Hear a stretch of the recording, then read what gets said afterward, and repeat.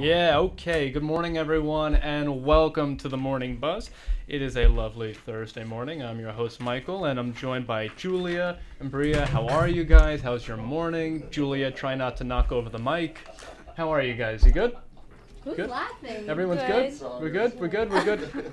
We're good? Yeah, we're fine. Okay, good. Today we do have a few stories. Julia was going to be talking about how the government shutdown is affecting people waiting for cancer treatment. We have new tropical storm information coming from Bria, and I'm going to be talking about possible resolutions regarding the shutdown. But first, let's see how the shutdown will affect people waiting for cancer treatment. Julia.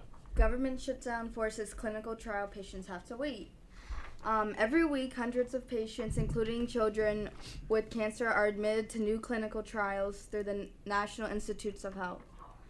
But because of the government shutdown, newly registered patients are being put on hold until the government resumes operation. About 200 patients who start NIH clinical trials must wait until shutdown ends. Who knows when that will, I know. back into effect. That's awful. And I'm not done. Okay. Of those, about 30 patients are children, and about 10 of them are cancer patients. About 3/4 of NIH employees, 14,700 people have been, they have to wait, pretty much. That's awful. Yeah. That really is. So, yeah. Do you think it's fair? No, of course it's not fair. Innocent people, Suffering. are suffering just because of congressional banter and congressional immaturity. Of course, they only think of themselves and the bipartisan problems that are going on at the moment. They're not actually thinking about like the people with cancer who are being affected, or those people who are being who are on furlough, and it's a whole mess out there. But I want to talk about where the shutdown is going, what direction it's going. A small but growing group of House Republicans is increasingly worried about the fallout from the government shutdown and says it's time for Speaker Boehner to allow a simple vote on suspending bill.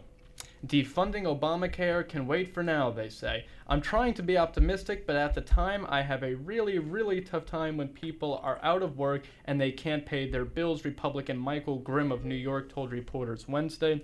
Though it might be a political loss for us, this is an untenable situation. Republican Scott Rigel, whose Virginia district is home to a significant number of military members and civilian contractors, was one of the first to publicly speak away. We fought the good fight, he said in a tweet on Tuesday, but acknowledged it was time to move on. Boehner hosted small groups of concerned members on Wednesday. A spokesman for Boehner declined to talk about the sessions. A Republican source familiar with one of Wednesday's meetings said Boehner listened, but didn't signal he was willing to allow a vote on a clean bill. So, really, no progress whatsoever. Boehner hasn't given any sign that he's going to be sensible anytime soon. It's affecting so many innocent people. Mm-hmm. For their mistakes. Yeah, just for personal mistakes. Can we turn the music down? Thank you. But it is what it is. So. I'm getting music in here. Thank you. So we'll see what direction it goes. It is time to move on. I agree with. Say something, okay, Michael? Yeah. In the grocery stores, you're going to start seeing shortages because the FDA has to approve a lot of the meats and the produce that goes out. So if they're not able to do that, there's going to be a limited amount of food available, and already we're seeing grocery stores with half-empty shelves or even whatever. So that's going to have an impact, and we're already seeing that impact across the nation. Yeah, absolutely. It does have wide spreading effects, and it's time to move on and grow up. We'll see. But Another story that's really worrying me. Bria, you have some news on it? We have a tropical storm coming up. That automatically sends up red flags for New Jersey folks and people along the East Coast. So what is that about? It's by us? Oh, it's coming up. No way.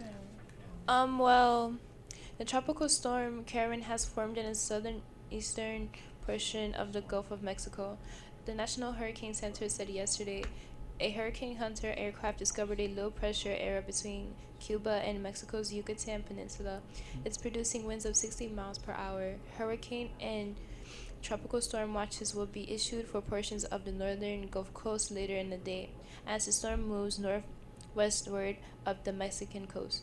The Hurricane Center said locally heavy rains could affect portions of Cuba and the Yucatan Peninsula during the next day or two, according to an advisory. Right. See, Wait, so is it coming by like us?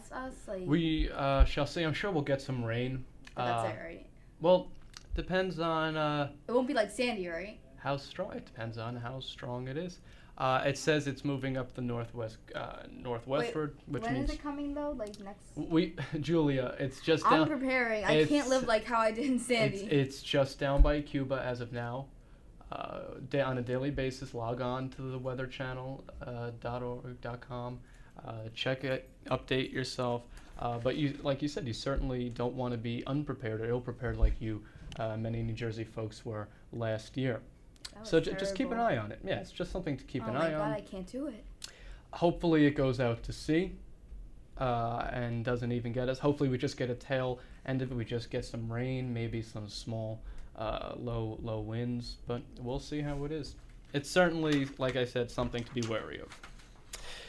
All right, it's Thursday, guys, right? And Friday is tomorrow. How, Thank God. thus far, Thank God. how has your week been, Julia? What was Monday? Monday was tiring. Tuesday was tiring. Today's. Well, you forgot Wednesday.